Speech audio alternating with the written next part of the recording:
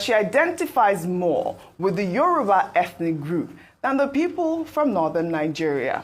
Her comments sparked a wave of criticism. Let me take that statement really quickly. Kemi Expøsed was quoted as saying, "I find it interesting that everybody defines me as being Nigerian. I identify less with the country than with the specific identity that is Yoruba. That's what I really am.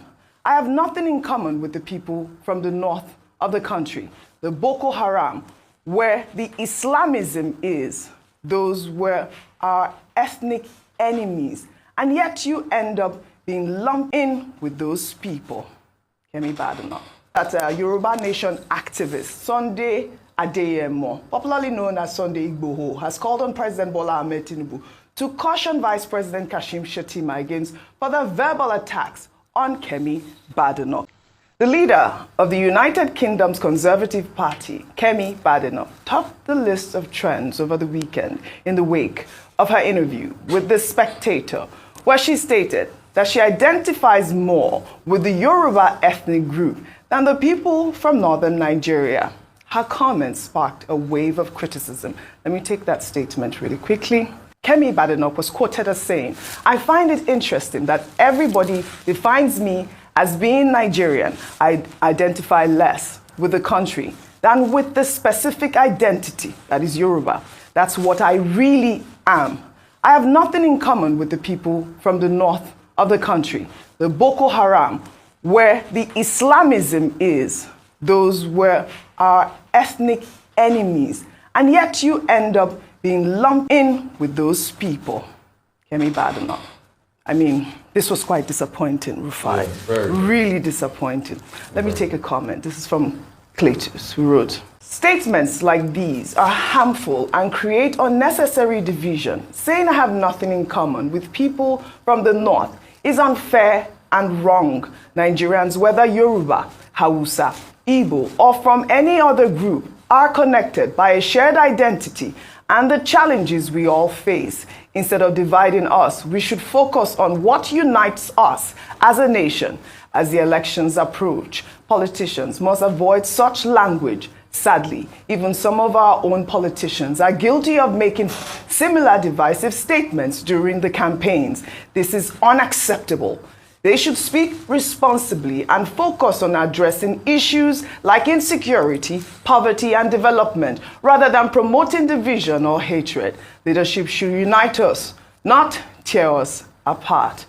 Dr. Abati, I know you've seen these comments. I mean, many people condemned Kemi Expøsed with this statement. I mean, it is all in the wake of, the response from Vice President Kashim Shettima, who had actually told her you can remove Kemi from your name, telling her that Nigeria is the greatest country on earth. But we also know that Yoruba Nation activist Sunday Adeyemo, popularly known as Sunday Igboho, has called on President Bola Ahmed Tinubu to caution Vice President Kashim Shettima against further verbal attacks on Kemi Expøsed. Your comment, Dr. Abati. Okay, ethnic identity is one of those centrifugal points at the heart of the Nigerian question. Also throwing up the question about nationhood. Are we really a nation? Mm-hmm. There are Nigerian leaders who have even questioned the issue that we are just a geographical expression, as Chief Obafemi Awolowo said in the 1940s. In the constitutional conferences processes of the 1950s, identity, whether we should be together, was also an issue. And it was also eventually what led to the Civil War. So it's centrifugal because it's always a problem. It doesn't bring us together when politicians exploit it. And some people say, well, we should look at centripetal forces that can bring us together.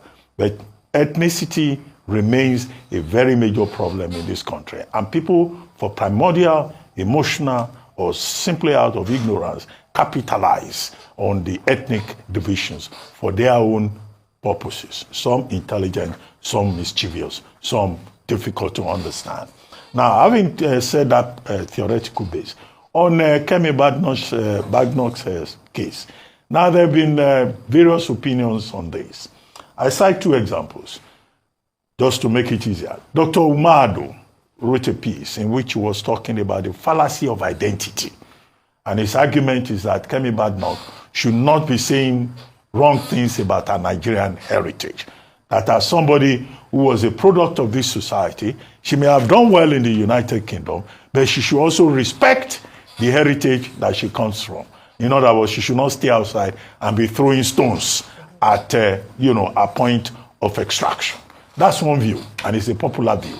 But equally popular is the view expressed by Bishop Matthew Hassan Kuka in an article, I think, in the Leadership newspaper, in which he was saying that, look, we should perhaps be focusing more on the achievement of Kemi Badnoch.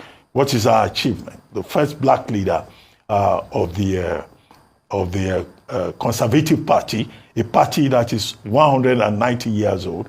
And, he said all of that in itself is not a mean achievement. And it was that prompted Umar Ado rejoinder. So you find people looking at it from two different angles. However, the Spectator article that you referred to, when I reviewed it, it seems to me that Kemi Badnoch has a reputation for straight talking.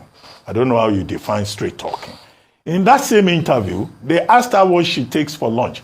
She says lunch is for wimps. And this generated a lot of controversy, even in England there, with Keir Starmer attacking her and saying, no, lunch is not for wimps. And she said, oh, people who take lunch breaks, they are weak people, and sandwiches, that she doesn't eat soggy bread, that when she's going to the office, she goes with her. Okay, that caused controversy. It was in that same interview that she says, I have nothing to do with the North. These are people who are into Boko Haram and all of that. Well, you may say, straight talking along that line, you may not want to excuse it, but that's how she felt. And she said, there are so many other things that she has said that are considered controversial. What we must realize at the end of the day is that Kemi Badnoch has made her choice. She says in that same interview that her ambition is to serve Britain. Her ambition is to rebuild the Tory party. So she's not really interested in what goes on in Nigeria. And I'm sure that her ultimate ambition will be perhaps to emerge as the Prime Minister of Great Britain tomorrow. Well, we now know that if she emerges as Great Britain Prime Minister tomorrow, we will not be so enthusiastic to be saying our daughter is now Prime Minister of Great Britain. That is a solid point, Dr. Abati. If she emerges as Prime Minister, though, what is she going to do at that point with this diplomatic row already festering between her and the Vice President, Kashim Shettima? If you're attacking the Vice President, you might as well attack the President. Sorry, I remember one thing. Sunday Igboho was said to have issued a statement. I consider that statement illiterate. Because the matter between Kemi Badnoch and Shettima is not a fight between North and South. Yeah. And Sunday Igboho was saying that in 2021, when his house was stormed, it was because he criticized the Buhari administration. It's not because he criticized Buhari administration. It was because they thought he was organizing the Yoruba region in an act of insurrection against the Nigerian state. That was the issue. So it's a false equivalent. The analogy is not correct to say that, oh, Kemi Badnoch has said this, therefore, Tinubu should warn Senator Kashim Shettima and tell him to be careful not to talk against Kemi Badnoch again. How ridiculous is that? The president, the vice president, the president is not the headmaster of the vice president. Well, that's why I think it's, in fact, the statement issued by Sunday Igboho that is more provocative. It's like pouring petrol on a matter that, could just be overlooked. All right. Well, Rufai, before I come to you, in another interview, Kemi shared a negative experience with the Nigerian police, comparing them to the British police. The Conservative leader spoke with the Free Press, where she described the Nigerian police as thieves who stole her brother's watch and shoes. Let's take a look. Do you trust the British police? I do. But remember my experience with the police in Nigeria was very negative. And coming to the UK, my first experience with the police was very positive.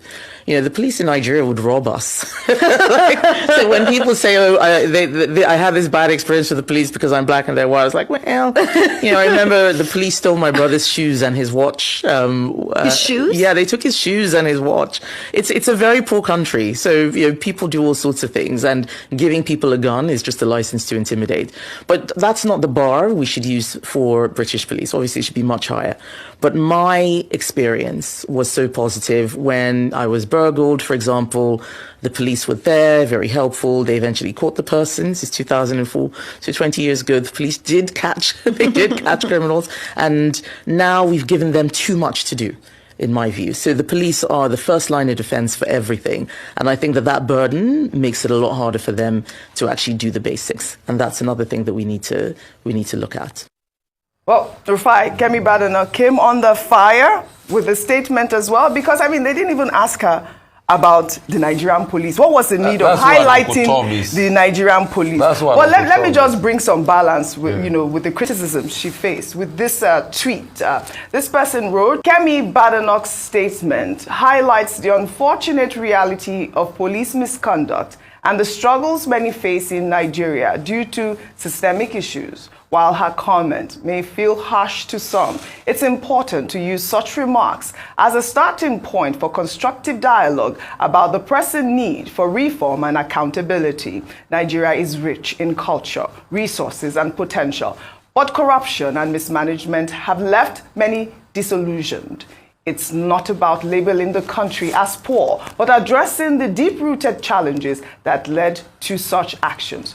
True progress will come when these systems are overhauled and the people are empowered to demand better governance and justice. While this tweet is quite apt, we cannot say that the British police is not corrupt either. Very, very what corrupt. What really is going on here with Kemi Badenoch? Fantastically corrupt. Couple of things, Oji, and please, I beg you, please give me time. Go ahead. Good. Very good. Number one, a lot of Nigerians are ignorant of what Kemi is doing. What is Kemi doing? Kemi is subjugating her own people to make Britain look good in the face of white nationalists. It's a deliberate attempt. These white nationalists believed in colonialism. They believed that black people are subservient to them. These were the same people that sold black people in slave markets. So these white nationalists have a mentality. Kemi feeds into the mentality by doing something called confirmation bias, that the black people you subjugated over the years remain down. So it's good for her to say these things bad about her country, so that the white nationalists and the supremacists she's trying to incur her, to get their votes, will continue to support her. And you know why she's doing that? Because she's also in a race with Nigel Farage of Reform Party to show who is more very right-wing and hardline. That's the game she's playing. When she wanted Nigerians' vote in Dulwich, she reached out to the Nigerian people, but it's a political game she plays. So most of the percentage of Nigerian people that comment on this matter don't know what she's doing, and I'm trying to be able to bring it to the fore. And that's why she will make lies part of her statement. Things like, oh, colonialism, I think she said one thing, we shouldn't thank the British for colonialism or something, they should not pay reparation. I think she said that part of the I remember some statement about reparation. Yeah, she said the British should not pay reparation. After everything, the British themselves have accepted because it's a thing among the white. I think it was for what right-wing nationalists want. They don't want to pay reparation. They think it's a good thing. And that's why a girl that lived in VI, a woman that grew up in VI, will be citing all sorts of instances. Like, we don't get knifed in the UK. There are places I can't go in the UK, Peckham. I know a lot of people there, but Aomo, Mamasha, Nisale, the Peckham. See, you will get knifed, Oji. The insecurity is crazy. The UK police she's talking about was not the UK police officer that raped somebody. What she will have said was to address the case of the UK police officer rather than coming back to the Nigerian police. I'm not saying, please, and you see the delusion a lot of people also have is, they get me wrong. They say, oh, is Kemi not saying the truth? Yeah, the things are the truth. I'm not saying you don't speak the truth. But situate it properly. That's what Kemi is not doing. Secondly, she made another fallacy by saying she doesn't have anything in common with the North. She's a lying person. She lies too much. Go and check. Dr. Abati, you know a lot about languages. Are we not in the same Kwa language group? The Benue Congo Kwa language group? So according to language and language classification, you have something in common with them. Secondly, she also made another fallacy by saying, no, you can't say, okay, I'm directly Yoruba and not wanting to identify with Nigeria, because this is the country that birthed you. Secondly, she also made another fallacy by saying the people of the North are our ethnic enemies. They are never our ethnic enemies. We don't have any ethnic enemies in this country. You might have disagreements with people from other parts of the country, even with your fellow Yorubas, but it doesn't mean you're ethnic enemies, because, and that's why I think the Nigerian government should write the British government about Kemi Badenoch. It is messages like this that spur a redentist and divisive nature. Yes. People like Lagospedia, these are the ones carrying this mantra. Yeah. And they are spreading like happened in the last election. Because when you start to say things like this, you forget this was the same narrative they were spewing in the 60s during the Civil War, when the October massacre happened, when people were killed in Kano. This was the same narrative. Right. So that's incitement, and that's what we should write about. And lastly, please, nobody's saying Kemi should not point out our experiences, but we are saying situate it properly. Every nation in the world, if I'm to also write my experience about the UK, it's not that good. But she's not situating it properly because she wants to say these things to make the right-wing people love and support her for election gains. All right. It's not my business if Kemi becomes prime minister or not. Agunla Agutete, she will do a tenure or two and leave there in the end. But it's the damage she will have given and the way she will have emboldened people with all sorts of racial confirmation bias that I'm scared about in the country. All right. Well, Ayo, before I come to you, though, still on this Kemi Badenoch issue. Well, amid the backlash, users on social media pulled up a video of British-Nigerian boxer Anthony Joshua's Commonwealth Day speech back in 2020 when he addressed the royal family. The former heavyweight world champion, who spent part of his childhood in Nigeria, said that he is proud to be a Nigerian. My name is Anthony Oluwafemi Olasheni Joshua. And like many of you here, I'm a child of the Commonwealth. I was born in Watford, and my heritage is Nigerian. I come from the Yoruba people, who are the largest, and some might say the loudest, ethnic group in all of Africa. I am proudly Nigerian, and I'm proudly British, and I join a long line, perhaps too long to count, of UK citizens of Commonwealth origin who've made enormous contributions to this great multicultural society of ours. Like me, so many children of the Commonwealth have two homes, two identities, two cultures, and two ways of viewing the world. Some even have more than two. These days, we hear so much about division and difference that some might be tempted to see that as a bad thing. But on the contrary, it's a beautiful thing, a thing to be celebrated and cherished, and a great source of peace and stability. I feel opportunity should be there for the taking, along with hard work, dedication, and perseverance, regardless of one's background. In the same way boxing gave me the opportunity and framework to become Olympic champion, Commonwealth champion, and now into heavyweight champion of the world. But I ask myself, what does the Commonwealth really mean? The second part of that word is key for me. A united common future could create opportunities for our Commonwealth cousins. So, here's to fish and chips and a goosey soup and pounded jam, to the UK and Nigeria, and to the children of the Commonwealth. Thank you very much for listening.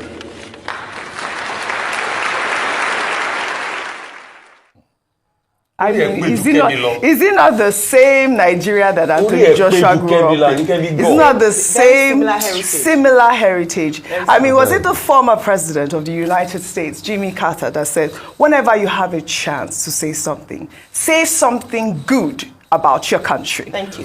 And I thank you for that, because I want to address people who are supporting what Kemi Badenoch says, saying she's not saying the truth. It's good. Let her, especially, usually the opposition saying that let her put a lot of pressure on the government. What you don't know is that when she shapes narratives like this, when you go for a visa application, they're not going to ask you. Oh, yes. Everything she says that is shaping the international community's view of Nigeria based on her experience and the leverage she has as leader of the opposition would affect the way that that you as a Nigerian are being perceived. And that's why you should fight for your country. Absolutely. You might not like the way that the government is, but let me tell you something. It doesn't remove you the way that everybody sees you. So if they see one person as a thief, best believe that when you go for an application or you go and speak anywhere else, they're looking at you as a thief. And that's why a lot of people spend money to manage the image of their nations. It's not because nations are perfect. Like we said, if you look at the UK and people who live in the UK and experiences we've had, whether with the police or whether with the people, we won't come out and be speaking like this, but they never denigrate. And that's why I'm very ashamed when people are saying, oh, she's saying the truth, keep on putting fire on them. It's a shame to this nation that no matter how much hate you have, whether for the government or for yourselves, you are happy that's your own heritage. You have only one nation. You have only one heritage. It is Nigeria. You cannot run away from it. Right. If they insult Nigeria, they insult you everywhere you go. And I'm so proud of Anthony Joshua. This is the kind of narrative that we should hear. Also, I hope he also reflects the kind of personal leader that Kemi would be. Absolutely. Divisive and willing to speak against and cause ethnic tensions in order to drive home her agenda. There's no difference between her and Niger Farage. The only difference is that she's black, he's white. They are doing the same thing in principle in terms of saying that we are better than you. I am better than you. That is what it is. Well said, Ayo. Well said, Ayo. Well, I hope Kemi Badenoch borrows a leaf from Anthony Joshua and, emulates statements like the one that he made at the Commonwealth Day. And I'll also like to reiterate what Vice President Kashim Shettima said. Nigeria is the greatest black nation on earth.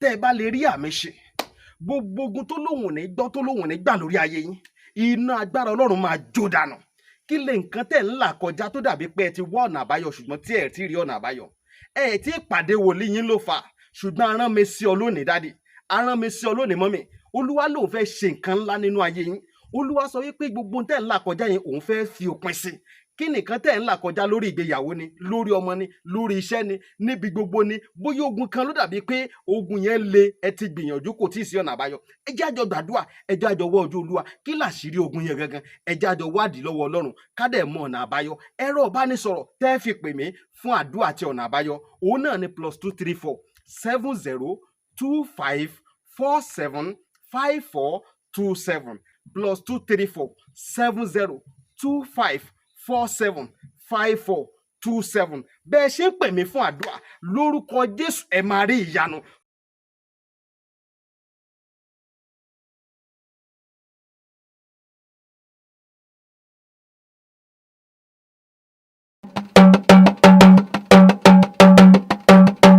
Àràbà TV ojú wa tó lé ojú wa tó kó.